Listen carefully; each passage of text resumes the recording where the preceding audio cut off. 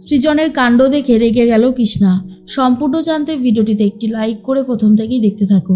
গল্পে শুরুতেই দেখা যায় প্রচণ্ড পরিমাণে খুশি হয়ে গেছে জেঠিমণি, কারণ আজকে 40 বছরের বিবাহবার্ষিকী উদযাপনের দিন চলছে। এর মধ্যে ফুলসজ্জাতে জেঠু তখন বলে জেঠিকে, শোনো বড় বউ, আমি যেই কথাগুলো তোমাকে বলবো সেগুলোই এখন তোমাকে রিপিট করতে হবে। তুমি বুঝতে পেরেছো তো আমি ঠিক কী বলতে চাইছি? আর তখনই বড় বউ বলে, কি বলতে হবে বলো না। আর তখনই জেঠি বলতে থাকে, আর জেঠু তখন বলো যে পতি পরম ধর্ম, পতি পরমেশ্বর। আর এই সমস্ত কথা শুনে জেঠি তো রীতিমতো অবাক হয়ে যায় আর বলে, এগুলো বলতে হবে? প্রথমে জেঠি ঠিকঠাকভাবে বলতে না পারলেও জেঠুর ধমকি খেয়ে আবারও ঠিক মতন বলতে শুরু করে দেয়। জেঠু তখন মনে মনে এটা ভাবতে থাকে, আমি হলাম পুরুষ সিংহ, আমি কখনো মাথা নিচু করবই না। আর এদিকে পর্ণা আর সৃজন চলে গেছে ঘরে। সৃজন তখন বলে, পর্ণা, আজ আপনি যে সুন্দর কাজটা করেছেন না, তার জন্য আমার অনেক ভালো লাগছে। ঠাম্মি তো বলছিল আপনি সংসারটাকে এক সূত্রে বেঁধে দিয়েছেন, আপনার পক্ষে এত কিছু করা সম্ভব। আপনি এইভাবেই আমাদের সংসারটাকে জোড়া লাগিয়ে চলেছেন প্রতিনিয়ত। আমাদের যে কি ভালো লাগছে।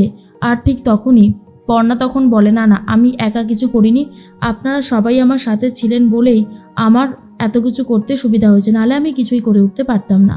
তার মধ্যেই মনে মনে একটা কথা ভাবতে থাকে পর্ণা, যে সবাই ছিল বলেই হয়তো এটা সম্ভব হয়েছে, না হলে কিছুই সম্ভব হতো না। তার মধ্যে পর্ণা মনে মনে ভাবে, সৃজন আবারও আমার অনেক কাছাকাছি চলে আসছে, যেটা একদমই ভালো হচ্ছে না। এটার জন্যই আমার খুব চিন্তা হয়। পর্ণা তখন সৃজনকে বলে, জানেন তো সৃজন, এই পরিবারটা সত্যি খুব ভালো, এই পরিবারটাকে যত দেখি আমার অনেক ভালো লাগে। সৃজনের পর্ণার কথা শুনে সৃজনেরও অনেক ভালো লাগে। হঠাৎ করেই বাজ পড়তে শুরু করে দেয়, বৃষ্টি হতে থাকে। আর জানলাগুলো খুলে যেতেই পর্ণা রীতিমতো জানলায় দাঁড়িয়ে পড়ে। আর আস্তে আস্তে এগিয়ে যেতে থাকে সৃজন। সৃজন পর্ণার এই রূপ দেখে বলে, পর্ণা, আমি কি করে আজকে নিজেকে আটকাবো বলো তো? তোমার এই রূপ দেখে খুব কাছে পেতে ইচ্ছে করছে। এই বলেই পর্ণার দিকে এগিয়ে গিয়ে কিস করতে যাবে পর্ণাকে। ঠিক সেই মুহূর্তে কৃষ্ণা দেখে ফেলে বাবু বলে চিৎকার করে ওঠে। আর তখনই সৃজন বলে, মা তুমি এখানে? তখন পর্ণা ভাবে, এ কি, আমি এটা কি করতে যাচ্ছিলাম? না না, আমি তো অনেক বড় অন্যায় করতে যাচ্ছিলাম, এটা করাটা আমার একদমই উচিত হয়নি। সৃজন তো বিবাহিত, আমি এই কথাটা ভুললাম কি করে? না না না, এটা তো খুব অন্যায় হয়েছে। তখনই কৃষ্ণা ঠাকুর ঘরে চলে গেছে। ঠাকুর ঘরে গিয়ে ঠাকুরকে বলতে থাকে, ঠাকুর, আমার ছেলেকে আমি আর কারোর কাছে যেতে দেব না। আমার ছেলে, আমার বাবু আমার কাছেই থাকবে, ও আমার সন্তান। পর্ণার স্মৃতি ফিরে আসলে আমি জানি আমার বাবু আবার আমাকে ছেড়ে চলে যাবে পর্ণার কাছে। আমি পর্ণার সাথে আমার বাবুকে থাকতে দেব না। আমার নামও কৃষ্ণা দত্ত, আমি পারি না এমন কোনো কাজ নেই।